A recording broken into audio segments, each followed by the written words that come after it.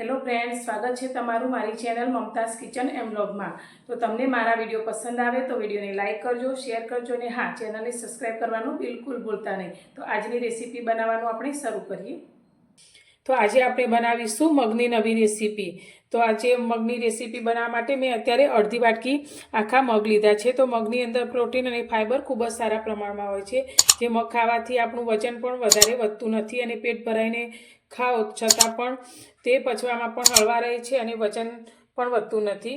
તો અત્યારે આ રેસીપી બનાવવા માટે આપણે મગને પાણીમાં પલાળવાના છે। તો મેં રાત્રે પાણીમાં મગને પલાળીને રાખેલા, જે આ રીતે પલળી અને ફૂલી ગયા છે। તો તમારે સવારે નાસ્તો બનાવવાનો હોય તો તમે રાત્રે પલાળી શકો છો અને સાંજે બનાવવાનો હોય તો તમે સવારથી મગને પલાળી શકો છો।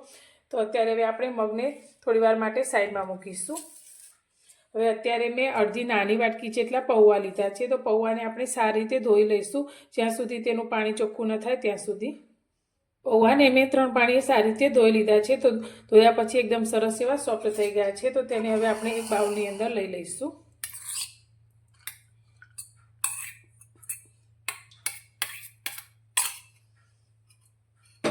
હવે તેની સાથે આપણે જે મગને પલાળીને લીધા છે તે અંદર લઈ લઈશું।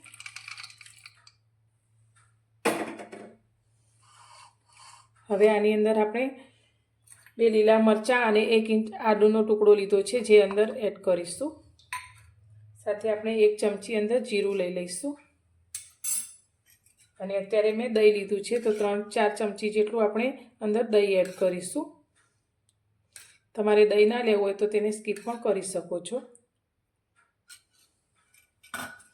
હવે આપણે આ બધી જ વસ્તુને એક મિક્સર જારની અંદર લઈ લઈશું અને તેને પીસી અને તેનું એકદમ ઘટ એવું ખીરું તૈયાર કરીશું।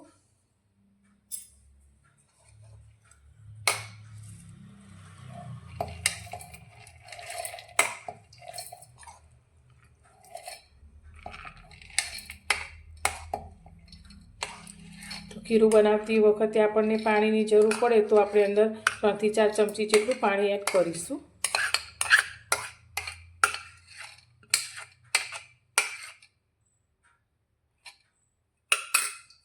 મગ અને પૌવાને પીસી અને આપણે આ રીતનું ઘટ એવું ખીરું તૈયાર કરી લીધું છે। તો તેને આપણે એક બાઉલની અંદર લઈ લઈશું।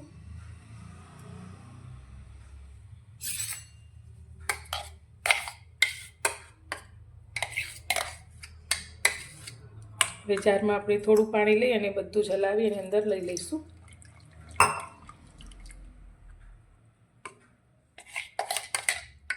તો આપણે આ રીતે ખીરું તૈયાર કરી લીધું છે। તો ઇડલી ઢોસાનું જે રીતે ખીરું આપણે તૈયાર કરીએ તેટલું આપણે અત્યારે તૈયાર કર્યું છે। હવે આની અંદર આપણે થોડા શાકભાજી ઉમેરીશું। તો અત્યારે મેં એક નાના ગાજરને આ રીતે ઝીણું ઝીણું સ્ટોપ કરી લીધું છે, તે અંદર લઈ લઈશું। તો મેં બધી જ વસ્તુને ચોપરમાં ઝીણી કરીને લીધી છે। તો અત્યારે આપણે કોબીજનો ટુકડો આ રીતે ઝીણો ક્રશ કરી લીધો છે, તે પણ અંદર ઉમેરીશું।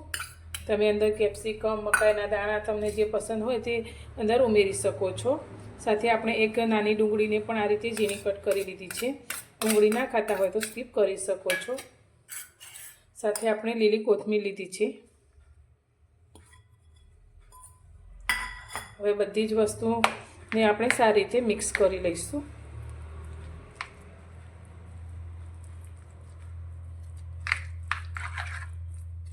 હવે આની અંદર આપણે સ્વાદ પ્રમાણે મીઠું એડ કરીશું।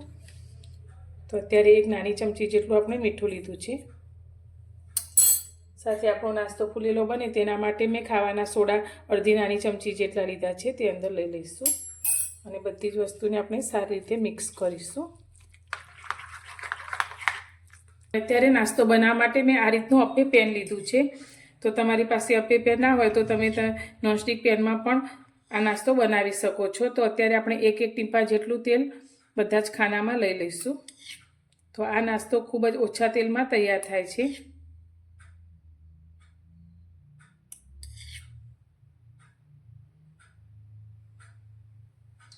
હવે આની અંદર આપણે થોડા તલ લઈ લઈશું।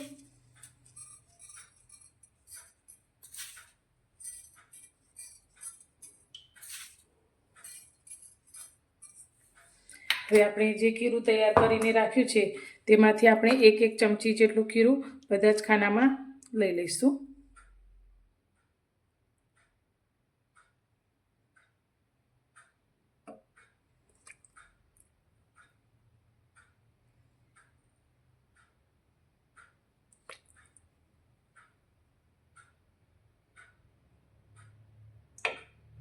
ખાનામાં આપણે ખીરું પાથરી લીધું છે, તો ઉપરથી પણ આપણે થોડા થોડા તલ આ રીતે લઈ લઈશું અને આને હવે 3 મિનિટ જેવું થવા દઈશું. તો નીચેની સાઈડ સારી રીતે થઈ જાય પછી તેને આપણે ફેરવી લઈશું. તો ઉપરથી થોડી વાર માટે આપણે તેને ઢાંકી દઈશું.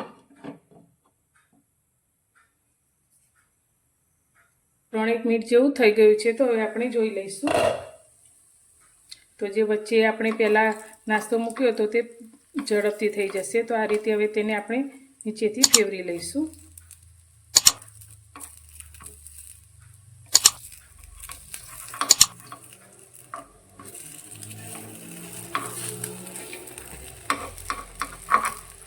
તો એકદમ સરસ એવો નાસ્તો આપણો ફૂલી ગયો છે. બધા જ નાસ્તાને આપણે ફરી એકવાર ફેરવી લીધો છે, તો ફરી ઢાંકી અને આપણે 1-8 મિનિટ જેવું થવા દઈશું. ફરી આપણે નાસ્તાને જોઈ લઈશું. તો બીજી બાજુથી પણ એકદમ સરસ એવો નાસ્તો આપણો તૈયાર થઈ ગયો છે. તો બનેલા નાસ્તાને હવે આપણે પ્લેટની અંદર લઈ લઈશું અને આ જ રીતે વધેલા ખીરામાંથી આપણે બીજો નાસ્તો પણ તૈયાર કરી લઈશું. તૈયાર છે આપણો મગનો નાસ્તો. તો પ્રોટીન ફાઈબરથી ભરપૂર, ઉપરથી થોડો ક્રિસ્પી અને અંદરથી એકદમ સરસ સોફ્ટ એવો આપણો નાસ્તો બનીને તૈયાર થયો છે. તો આ નાસ્તાને તમે ટામેટાની ચટણી અથવા તો કોથમીરની ચટણી સાથે ખાઈ શકો છો. તો તમે બાળકોને આ નાસ્તો બનાવીને લંચ બોક્સમાં પણ આપી શકો છો. તો તમને આજની મારી આ રેસીપી કેવી લાગી તે મને કોમેન્ટમાં જરૂરથી જણાવજો અને પસંદ આવી હોય તો વિડીયોને લાઇક કરજો, શેર કરજો અને મારી ચેનલને સબસ્ક્રાઈબ કરજો. તો ફરી મળીશું એક નવી જ રેસીપી સાથે નવા વિડીયોમાં.